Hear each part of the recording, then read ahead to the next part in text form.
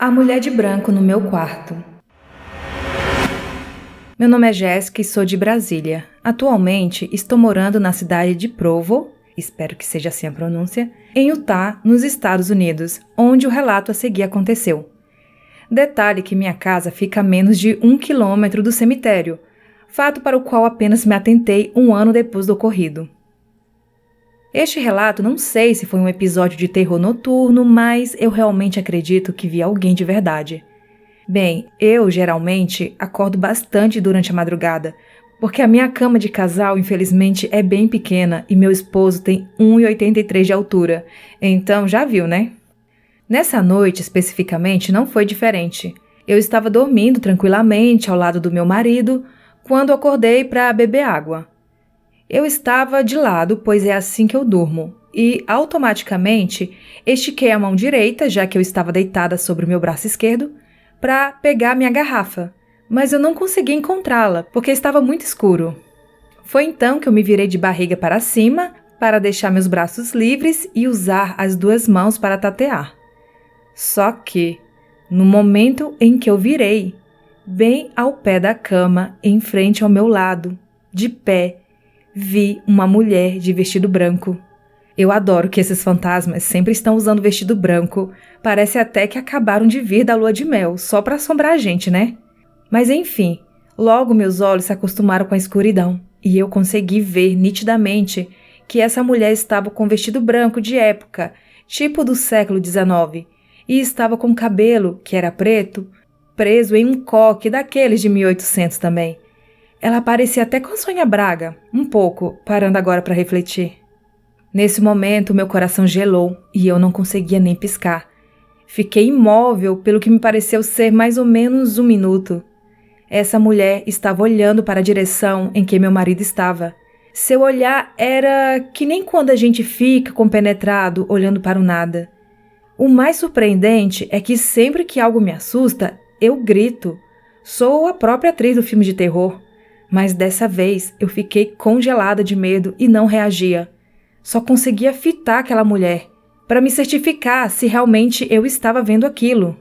Foi então que pensei, vou acordar o meu marido e perguntar se ele também a vê. Mas assim que o toquei para acordá-lo, a mulher desapareceu. Eu fechei os olhos e orei muito naquela noite debaixo do cobertor. Obviamente depois de ter acordado meu marido e contado para ele tudo o que presenciei. Ele acredita que tive um pesadelo, mas eu sei que eu estava acordada quando aquilo aconteceu. Outros episódios ocorreram na minha casa depois desse, mas nada de ver pessoas, ou no caso, fantasmas.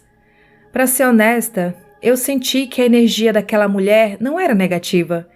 Por isso, eu a chamo carinhosamente de Jocasta. E assim como aquela entidade que roubou a arma do seu amigo, no episódio 280 do podcast, e depois a devolveu, colocando-a em cima da cama, a Jocasta adora esconder minhas coisas quando estou sozinha em casa e me fazer sair procurando como se eu fosse uma louca desvairada, para depois encontrá-las em um lugar onde eu já havia procurado.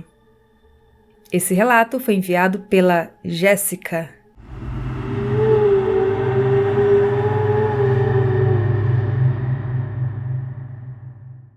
Está gostando da história? Não se esqueça de deixar o seu like e siga o canal, o seu apoio é muito importante pra gente. E vamos para mais um relato.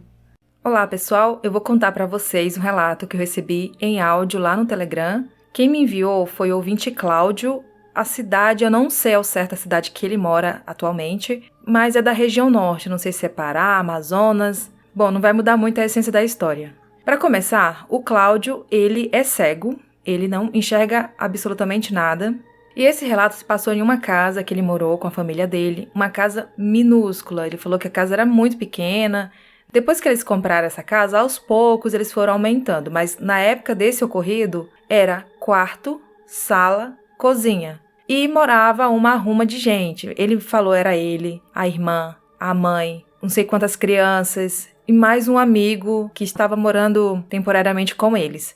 E na região norte é muito comum as pessoas dormirem em rede. Eu particularmente adoro uma rede. E é assim, casa pequena, com várias pessoas. Durante a noite, cada um arma sua rede, dorme, no dia seguinte tira e deixa o lugar livre, né, para passar. E tinha um corredor que ligava o quarto à cozinha, e nesse corredor o Cláudio colocava a rede dele. Mas como esse corredor era área assim de passagem, quando amanhecia o dia, assim bem cedinho, a mãe dele se levantava para arrumar as coisas da casa, preparar o café. Então ele era o primeiro a se levantar, tirava a rede do caminho para abrir passagem, terminava de dormir na cama da mãe dele.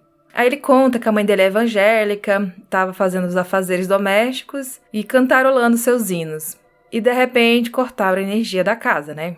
Diz que esqueceram de pagar o talão quando foram surpreendidos com o pessoal lá da companhia de energia elétrica e cortaram a energia. E a irmã dele não ficou nada satisfeita com isso. Ela ficou muito aborrecida e falou que na hora parece que entrou uma coisa nela, que essa mulher começou a esbravejar e começou a brigar com a mãe dele. E ele no quarto, dormindo deitado na cama e só ouvindo aquela briga, e a mãe dele não revidava, a mãe dele só cantarolando. E disse que a irmã dele estava muito aborrecida e brigando, e brigando, e brigando. E nessa briga, né, ela já envolveu a questão da religião, culpando a religião, falando, quando vocês eram católicos, umas coisas assim, né? Vocês não eram assim, depois que entraram para a religião evangélica, ficaram assim. E o Cláudio falou que nessa hora sentiu uma presença se aproximando dele, lá no quarto. E diz que ele sentia aquela respiração, aquela presença, e ele falou que aquela presença estava com muita raiva. Porque ele ouvia aquela, tipo um rosnado, sabe? Ele sentia aquela presença da raiva. Aí que ele tentou gritar pela mãe dele. E cadê que ele conseguiu gritar? Não conseguia gritar. E ficou nessa aflição com aquela presença lá no quarto. Até que finalmente, depois de muito tentar, ele conseguiu gritar. Ele gritou, mas tão alto, e a casa minúscula, não tinha como não ser ouvido. Aí quando ele foi lá na cozinha, encontrou com a mãe e a irmã, a mãe dele continuava cantarolando lá os hinos dela, e ele perguntou, mãe, a senhora não me ouviu gritar? Ela falou que não. E a irmã dele disse que também não, mas era impossível não ouvir, porque era muito próximo. E o amigo dele, que estava na casa em outro cômodo, conseguiu ouvir. E ele ficou impressionado. Aí ele contou o que tinha acontecido no quarto com ele. E a irmã dele ficou bem preocupada depois, né? Porque, de repente, eu não sei se aquilo fez ela ficar com tanta raiva ou aquela raiva dela atraiu essa coisa ruim. E esse foi um dos relatos que o Cláudio me enviou. Muito obrigada, Cláudio.